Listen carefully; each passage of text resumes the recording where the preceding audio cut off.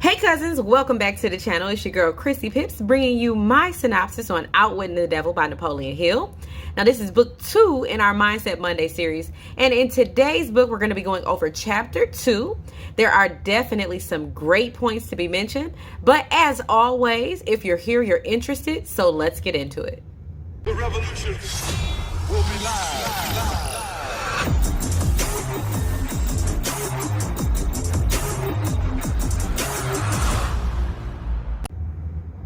Now that Mr. Hill's other self gave him the task of going out and getting his books published, while he's working on trying to find a person that will help him get the money he needs, he discovers a name, but in this particular epiphany, it's kind of significant because it reminds him that although this person might have only known him as an acquaintance, even acquaintances can turn into business partnerships. You never know how many of these acquaintances may be able to help you in other endeavors. The impression you leave is important no matter what you're doing. So, long story short, after the meeting, a deal was struck and the books were now on their way to being published. After he received his first check, his other self told him the only limitations are those that he puts on himself. Now that the books were being published and distributed around the world, his other self presented him with a new idea that would solve other money problems he had going on. His other self told him to put together a sales strategy for car salesmen. At that time, most salesmen were buyers of and redistributors of used cars, and they assisted with trade-ins. His other self reminded him that people graduating from college who had never known any sales tactics or techniques would need training. He contacted GM to put this plan into action. The income from the business deal held him over for the following 3 months until the royalties from the book started to come in. Hill may have been skeptical in the beginning, but after just those 2 business deals, it became clear that he was embarking upon something new. In the beginning, he didn't know how he was going to get the money to stay in that expensive suite, but his other self facilitated those ideas for him. He trusted in himself and his ability, and those ideas and everything that he needed seemed to just fall in place. His other self did not recognize limitations and always found a way for him to accomplish anything that he desired. Now, there may have been a few times where he was met with temporary defeat, but never any real failures. Once he tapped into his other self, Hill may have been faced with setbacks, but he always learned from those setbacks and kept moving forward towards his desires. You have to remember that Napoleon Hill's book, Think and Grow Rich, was published during the Great Depression in 1937. Even during the Great Depression, there were lessons to be learned. There's something worse than being forced to work. It's being forced not to work. Think about it.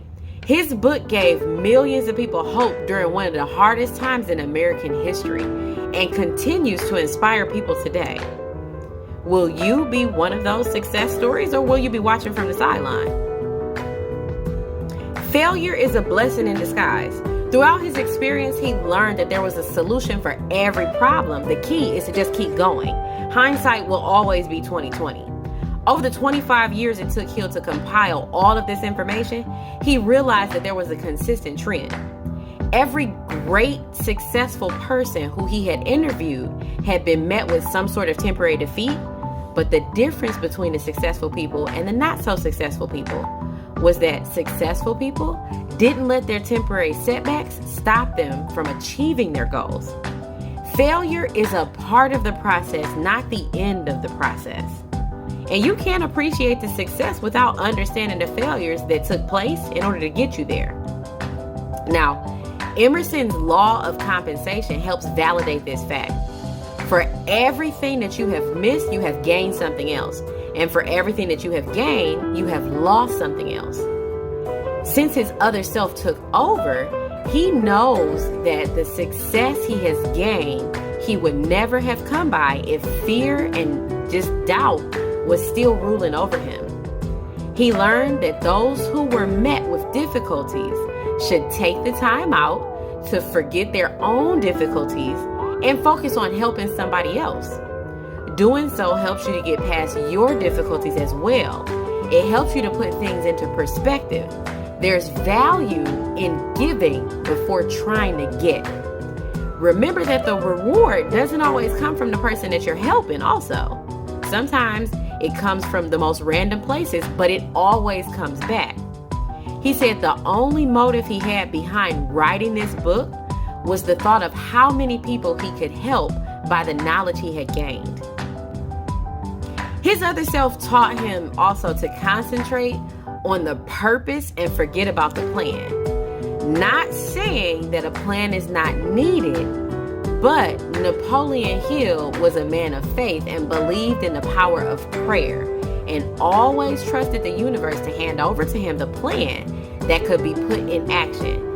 Just remember that that plan has to be put in action by you in order for you to get fruit from those seeds. Now, Hill stated that he used to only pray for things when things were bad or things were hard or difficult. Through this experience, he learned that he needed to pray for things before things got difficult. Be grateful for what he had and for the knowledge that he gained along the way. Be thankful for the ability to differentiate between the things you can change and the things you can't change. Acknowledge them and move accordingly. Now, he said for many years, he followed this habit of taking personal inventory at least once a year so that he could determine like how many weaknesses and things that he had broken past or even eliminated. Now, it just gives you the ability to put things into perspective just to see how much progress you've made during the year. Just be appreciative of what you have. During Hill's discovery, he learned of a few things which he had never taken the time to appreciate in the past. He learned he was fortunate to never have had any serious bodily injuries. He had reasonably well-balanced mind, like state of mind, creative imagination that allowed him to help bunches of people. He was blessed with the freedom of a body and mind that he was given strong desire to help others. He was happy and had the ability to tap into infinite intelligence, no matter if it was only for the purpose of offering thanks for what he had or for asking for more. Hill noted that it may be helpful for everyone who is reading this book to take inventory of their intangible assets. He stated that just taking this inventory may show you some of the possibilities and how blessed, for lack of a better term, you actually are. There's definitely lots of priceless things that you hold that you're probably not even looking at.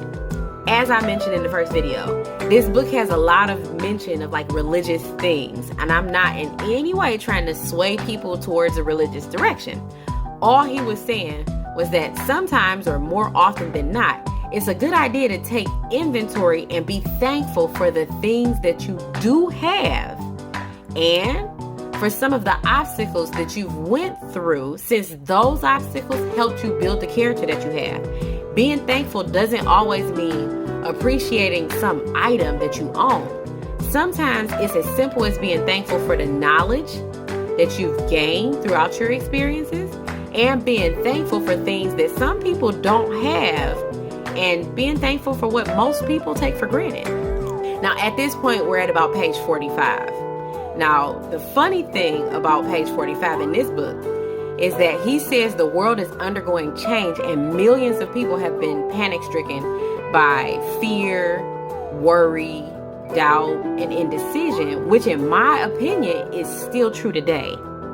He also goes on to point out that there are certain laws in nature that will never change. Water will always flow downhill.